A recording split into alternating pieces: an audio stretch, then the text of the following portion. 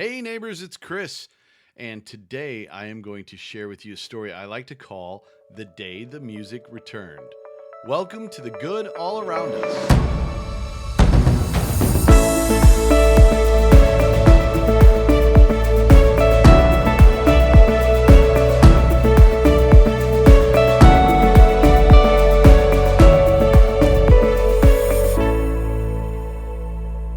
Hi, Chris. Hi, Deanna. Episode number 2. Woohoo! You are a storyteller today. I am beside myself. I can tell how excited I you are. know. I can't wait. So it's gorgeous here today, everyone. The sun is shining, the birds are chirping, the dogs are loving the open door policy where they get to run in and out with no screen to get in their way. Mm-hmm. No bugs yet.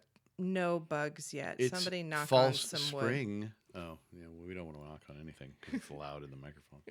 But it's false spring here in St. Louis. And for those of you who don't know what false spring is, we could have a gorgeous day today, like lights out, unbelievable. Like it is. And then tomorrow, it could be complete garbage. That's right. We could have rain. We could have snow. We could have wind blowing, tornadoes. You just never know. And our meteorologists are going crazy this time of year because they have no idea what's going to happen next. That's right. And we just wait for it. Wait for it. Wait for it. So what is that saying? What do they say about the weather here? If you don't like it, wait 15 minutes. It'll change. That's right. That's it. So. Well, I don't want it to change because it's beautiful out. Oh, it's unbelievable.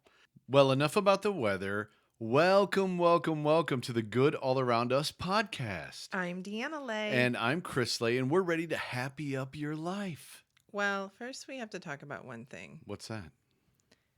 Your outfit. Are you picking on me? That would be mean. I don't know if I'm picking on you as much as I'm just making our neighbors aware of what you're wearing. Oh, okay. So everybody, he has on, and he's very attractive, mind you. My husband is super cute. She is biased. But he is wearing his robe to record. I love my robe. I thought you were talking about the flip-flops and short combo thing I got going on. Are you talking about the robe? I'm talking about the robe. It's, first of all, how old is it? 30 years And old? how many times have you washed it in those 30 years? It's my lucky robe. You don't wash your lucky. Oh. I don't know. I really don't know the answer to that. I'm sure it's been washed at some point. I'm sure it hasn't. But I'm going to take a picture of him in his robe and his headphones looking super cute. Mm-hmm. And I'm going to post it to the private Facebook group. Listen, it's comfortable. Mm-hmm. And I'm in my home. I'm the king of this sort of castle. Yeah. You wear what you want. Exactly. I wear what I want. Okay, moving on. Yes, let's get off the topic of my robe. Oh, but you look so cute in it. So comfy. Hey guys, as Chris alluded to, we are recording this out of our sort of castle, out of our home. So as you know, we have lots of animals. We have dogs and cats, and you probably will hear them. Either Sandy will be barking and Coco will be whining, and Rue and Kiki will be getting in a cat fight, and Blue will be crunching on some food because that's all he does is eat. Eat, sleep. And we do apologize if any of that noise happens, but this is our zoo. Our zoo. And we love it, and we love them. Second, we are storytellers. As you know, the stories we share each week, we research thoroughly. We do this using the internet and numerous sources. Interweb. Yeah, you almost got away with that. Sorry, interweb. And we do bring you the best details in the most correct way possible each and every time. So we take that research, we compile them into stories, and then we tell them in our own words and share them with each other and all of you. And today, my cute husband in his robe, is the host. And I will be hearing his story for the first time ever, just like you. Now, again, if some things in the story are omitted or incorrect, or if some details in the background aren't exactly right, we are doing a lot of this off the cuff. And so if it's wrong, we do apologize. Again, we do our best to be as precise as possible.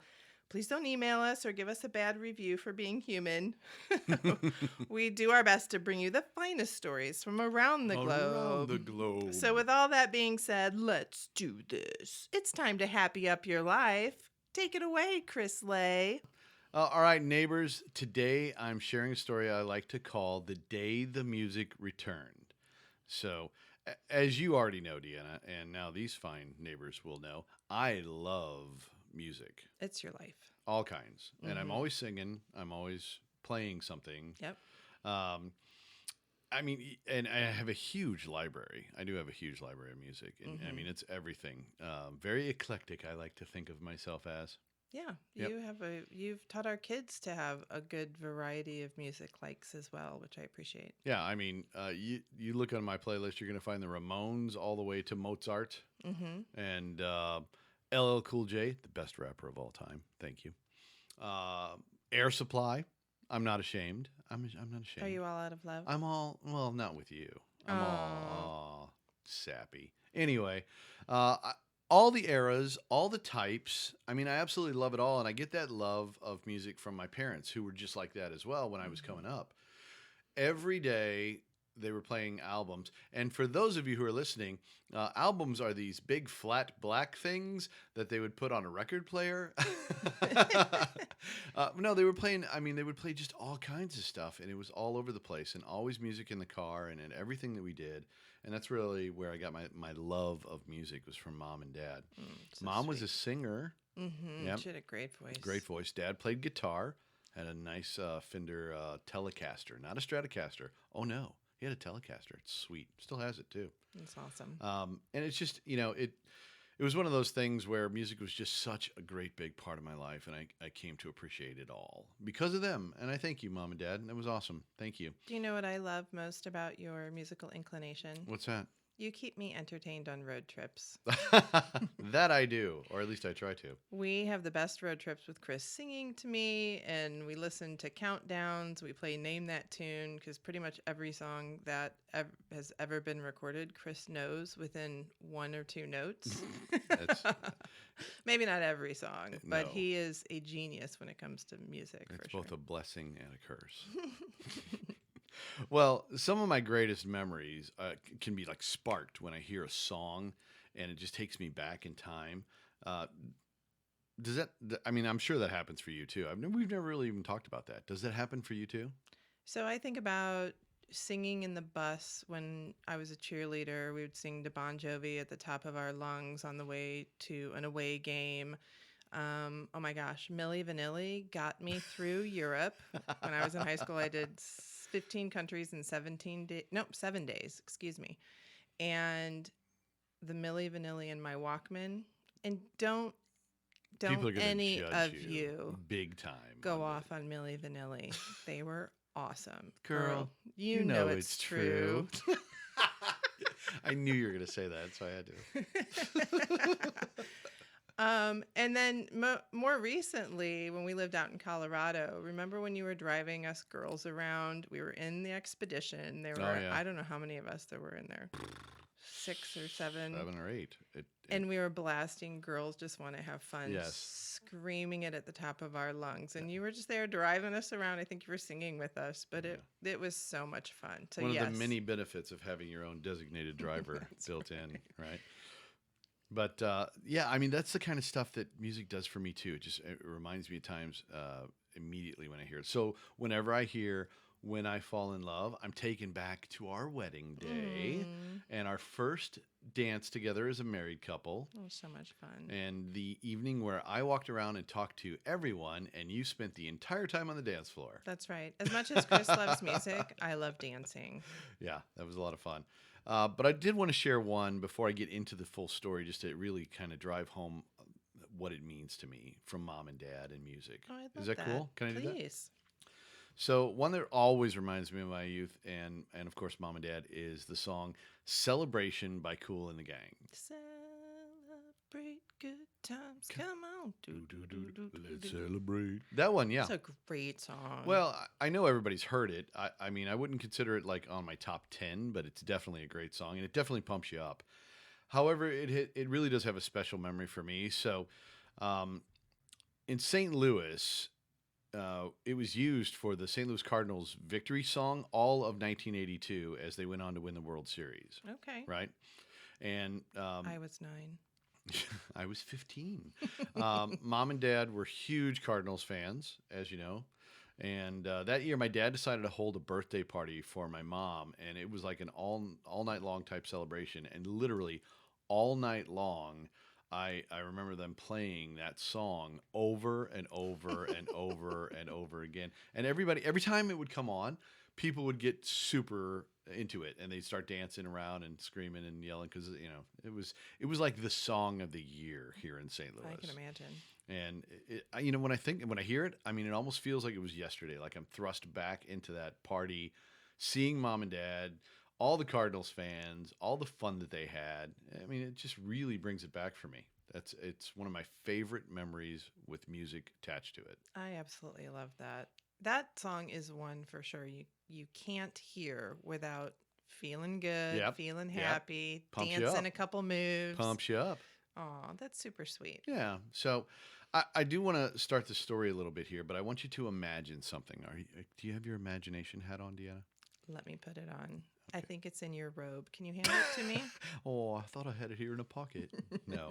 Yes. All right. My imagination hat is on. Perfect. Imagine, if you will, you're a professional musician, and then boom, the pandemic hits. All of a sudden, you can't perform live for people. You can't jam with other artists in the same room. Literally overnight, you can't do the thing that you love so incredibly much. It's How would that heartbreaking. feel? I mean, what you were put on this earth to do, taken away from you overnight, to no fault of your own, just heartbreaking. Yeah, and I think of all of them, and I think of people that no matter what during the pandemic that happened to. Mm-hmm.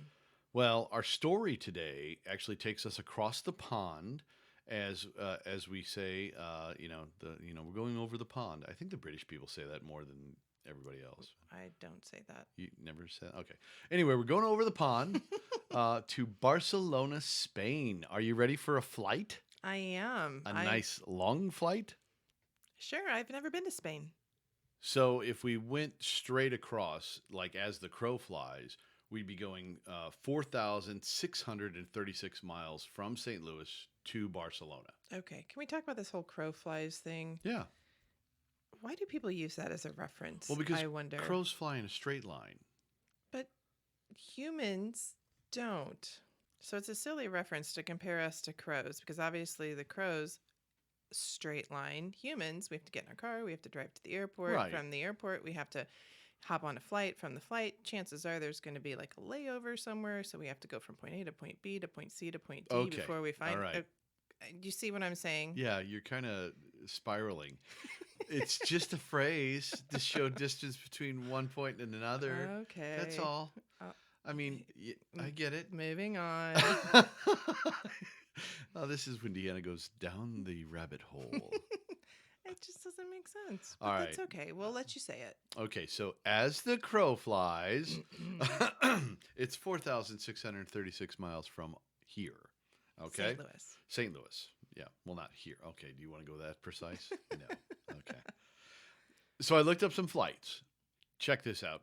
We could fly economy class from St. Louis to Barcelona for $955 round trip per person. Okay, not bad. Not too bad. So that takes us from St. Louis to Miami, and then Miami to Barcelona. Sounds great. Okay. But I said to myself, let's splurge. Ooh. Yeah. Okay. What does first class look like? Okay. Yeah. Tell me about that. You're going to get a kick out of this. So the first class flight, interestingly enough, goes from St. Louis to Newark. Okay. In Newark, we board a luxury airliner, and we get our own little private pods. Oh, I've seen those. Yes, with all the goodies. And here's the funny thing on the website: it's like it has Wi-Fi and power ports, and I'm like, that's not the selling feature for the pods. Talk about the bed and the big screen TV. Okay, anyway, we go from Newark to Zurich. Okay. And then we jump from Zurich to Barcelona. So there's 2 stops there, but I think there's a little difference in the price. Listen to this. Okay. For that flight, it is $7,182 per person round trip. Oh my goodness. Just a smidge of a difference for a pod. But hey, I mean, here's my thing. Sleep is worth something. So if I can lay down, it might be worth the extra $6,000. You could probably buy a house in Barcelona for the amount of money you would spend on that airfare. I could plan a really good trip for us Oh, for it'd be 14 incredible. grand. We wouldn't have to stay in hostels. No. I say we go economy Yeah. and save the money and really take a good tour around the area. I agree. But I thought that was interesting. And so the economy flight is like 19 hours Okay. over there. But the first class flight is 17 hours. So it's not that big of a difference between the two. So it's not like it's getting you there that much faster, but obviously a lot more luxurious. Yeah, and my thing is, if you have that kind of money, like just go for it. Yeah. Just go for it. Why not? So we jump on the plane. Let's do it. And we head on over and we land in Barcelona, and we're going to the historic Gran Teatre de Liceu Opera House. Sounds fascinating. It is fascinating. So this is actually the location where our story takes place today. Okay. And this absolutely gorgeous opera house, it was inaugurated and opened in April of 1847. Wow. And when it opened, it was the largest opera house in Europe with 3,500 seats.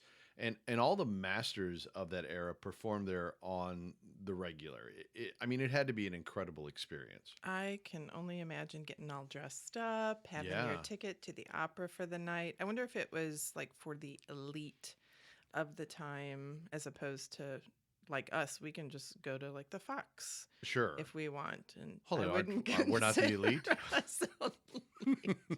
But I bet back then. We're far from the elite. There we go. I bet those people would have taken the pod plane to get to the opera house because they had that kind of money. I would imagine that it was probably for the upper class. Right.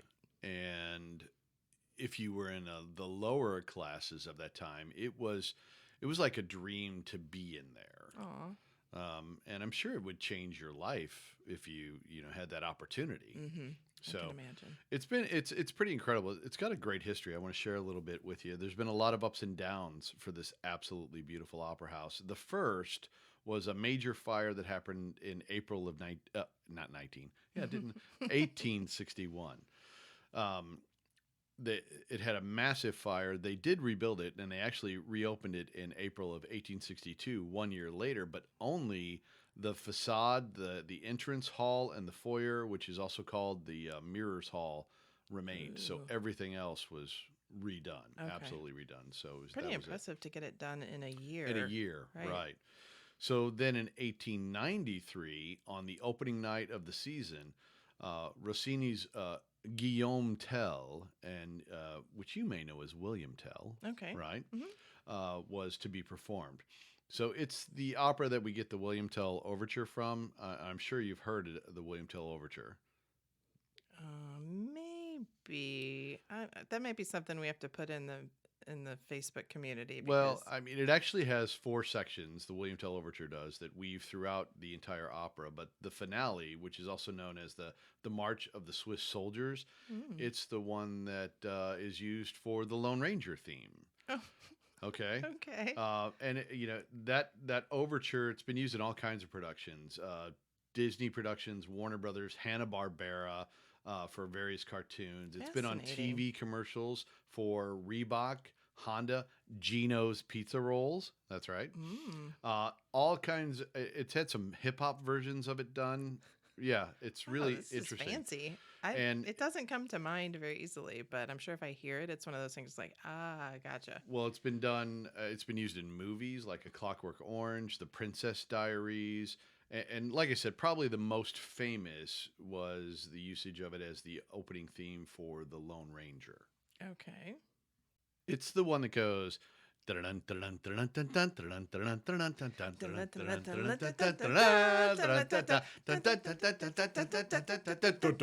got it now. Yeah, that's it. Okay, good. I got it. So again, just a really cool song, but that was playing that night. So I digress a little bit. That evening in 1893, during the second act, 2 Orsini bombs. So think of Orsini bombs as like homemade large hand grenades. Okay. Were thrown into the stalls of the opera house by dissidents. Oh my gosh. Yeah. One of the 2 bombs actually exploded, but it did kill like 20 some odd people, and many more were injured. And this really shocked Barcelona because nobody expected a bombing to occur during the opening season. Oddly enough, the second bomb, which didn't explode, is on display in the Van Gogh Museum. Okay. So they kept it. So the History. history, exactly. So the Liceu, after that bombing, didn't reopen until January of 1894. So it took a little while for him to get that all tightened up. I can imagine. So in 1909, the auditorium ornamentation was completely renewed due to the fact that Spain sat out World War I. And they had like this incredible prosperity and wealth supplying the countries that were involved in the war. And all the way through the 1920s, much like here in the United States, Spain had some very prosperous years. The Liceu became the established, well, I guess it didn't became, it was established as the leading opera house throughout all of Europe. And in 1931, the Second Spanish Republic was proclaimed, and this threw the country into civil unrest. A financial crisis actually led to the Spanish Civil War. And during that time, the opera was suspended because obviously they're at civil war. What a story about this one place. And gosh, if walls could talk. No kidding. But I'm going to fast forward a little bit. I'm going to fast forward to 1994. So in 1994, it suffered a devastating fire when a spark from a practice performance, not an actual performance, landed on one of the curtains and completely destroyed the Grand Hall. Again, however, the people wouldn't let the history of this incredible theater cease, so they rallied together and raised public funds to rebuild it and reopened it in 1999. Took quite a few more years because it was completely devastated. And it was restored almost precisely to the original ornamentation that had adorned the theater. Oh, how amazing. Yeah, I mean, they got artisans from all over Spain and Europe to come in and really do it upright. I love that. Yeah. Wow. So since then, it's been widely utilized by all kinds of acts. Primarily, it's been used for opera, ballet, but as I was looking through some of the upcoming acts that are performing there, they have some Broadway plays that are coming through. Okay. Wilco is performing there, that giant band in Europe. One of the guys from Supertramp is on tour, and he's going to be going through there. So it's really used for a lot of different venues. They even have this very cool thing called Petit Liceu, and it's a children's program that's been going on for the past 2 decades, just introducing children to opera and ballet and the arts right there at the Liceu. That's amazing. Like here in Forest Park in St. Louis, we have the Muni, and they have Muni Kids, which my husband was a Muni kid. I was a Muni kid. Was that where you learned to sing opera, Chris Ley? It is, in fact, where I did learn to sing opera. So my Deanna, husband can sing opera. Oh, and I would love for you to do that for our neighbors now. I'm not really loose. It's okay. It's okay. But, I'll give it a try. Me. Are you ready? I am. Opera! There you go, folks. He sang opera. You're welcome. I'm guessing you won't ever be doing that at the Liceu, however. Yeah, no, they're not going to invite me up on stage. You're no Supertramp. Well, anyway, so incredible history, just an incredible place, and like I said, widely used until, of course, 2020. Did something happen in 2020? Yeah. Well, obviously the year that changed everything, and the doors were shuttered amidst the pandemic concerns, and the music simply stopped. Right. Everything in Spain was on lockdown. So again, we go to June 22nd, 2020. That was the day the music finally returned for a very special first concert since the shutdown. That evening, the Uccelli String Quartet took the stage to entertain a rather interesting audience. And the audience was very excited to be entertained, and they sat still in their seats. So this evening was inspired by Eugenio Ampudia. I'm killing it with these names. You really are. I'm I'm doing great. very impressed. A concept artist in Barcelona. And Ampudia is known for his work as a painter, sculptor, multimedia artist, and exhibition curator. He has an extensive career, especially in concept art displays that have been featured worldwide. And he's also been named the best living Spanish artist twice. Pretty impressive. Wow. That is impressive. Yeah. Sounds So like a good guy. very talented guy. You got to see his stuff. I'll actually put some stuff that he does in the neighbors group. He wanted to do something very special because he had quite the revelation throughout the lockdown. And here's what he had to say just prior to the event. During my isolation, I heard many more birds singing and the plants in my garden and outside growing faster. And without a doubt, I thought that maybe I could now relate in a much more intimate way to people and nature.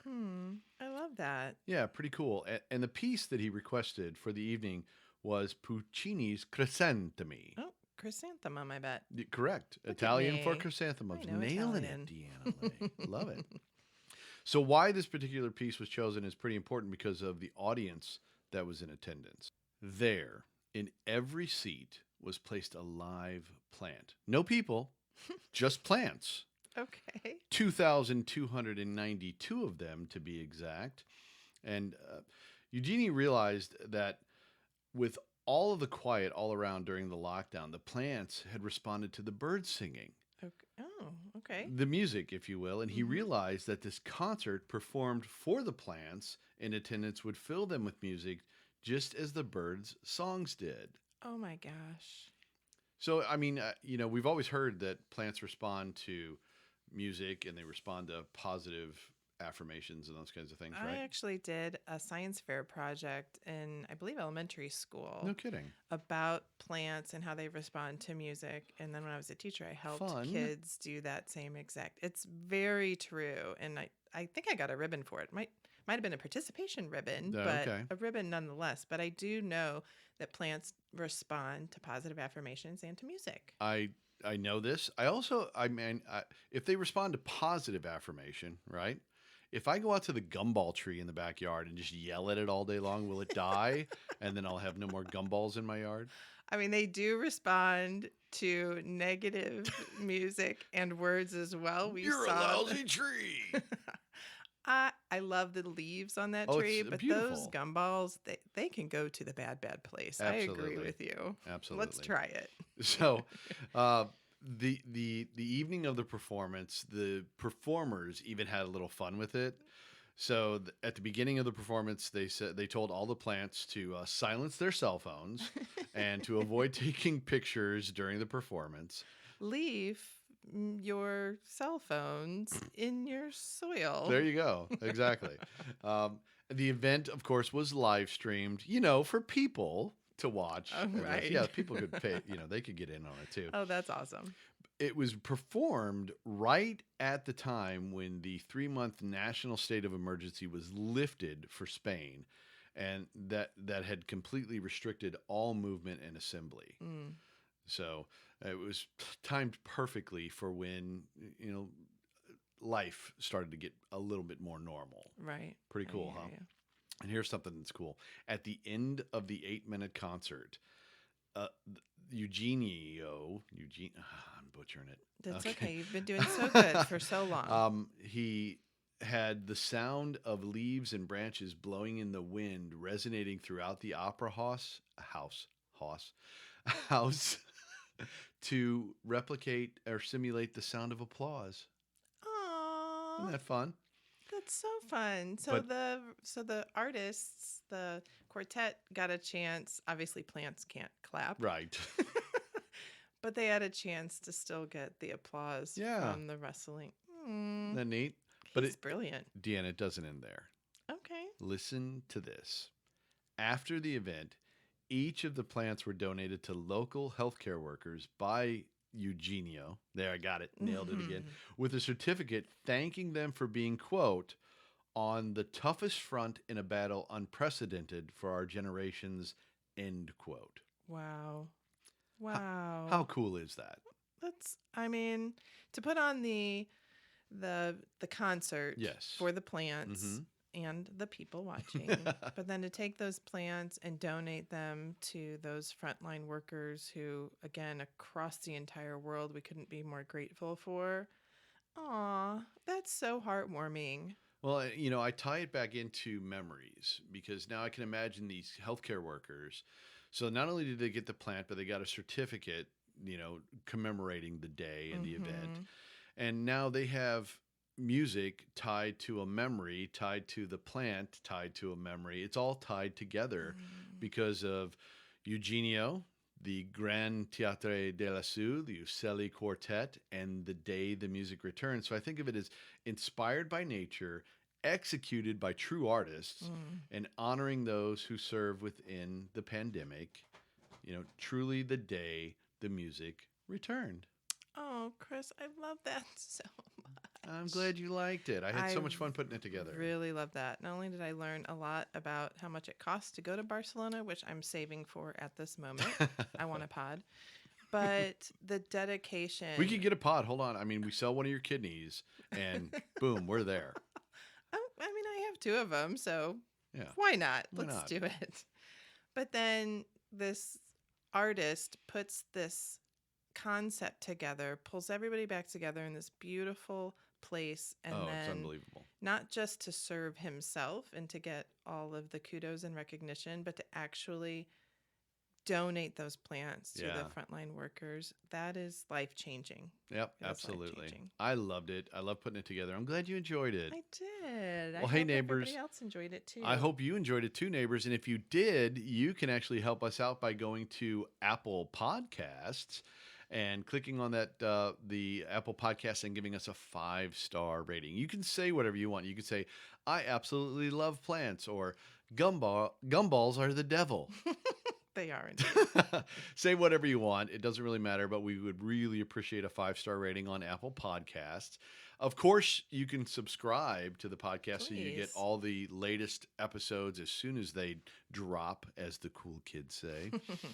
You could also become a neighbor of ours. How do people become a neighbor, Deanna? It's super simple. Just go to patreon.com/thegoodallaroundus and you can come join our awesome community. We would love that. We would indeed. There are 3 different levels and a bunch of cool stuff and a lot of goodies that come along Yes, with the goodies. levels. And it's just a great way to be a part of a good community. I like that. I like that. All of this stuff is down in the show notes too, gang. So you can just click on the links and it'll take you right to where you need to be. And with that being said, it's time for Deanna to give us shout outs to our neighbors. I love that. So we have a handful of people who really like us. So thank you, Taylor Sneed, who was our first member in our Yay. neighborhood.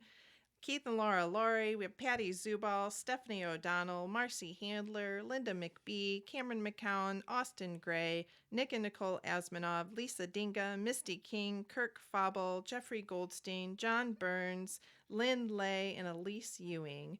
And then we had some Yay. neighbors move in. Oh, nice. So Yeah. we're going to have a barbecue. Sounds good to me. Nice. I'm going to put together a list for food so we don't end up with like 5 tater salads. That's right. Coleslaws for days.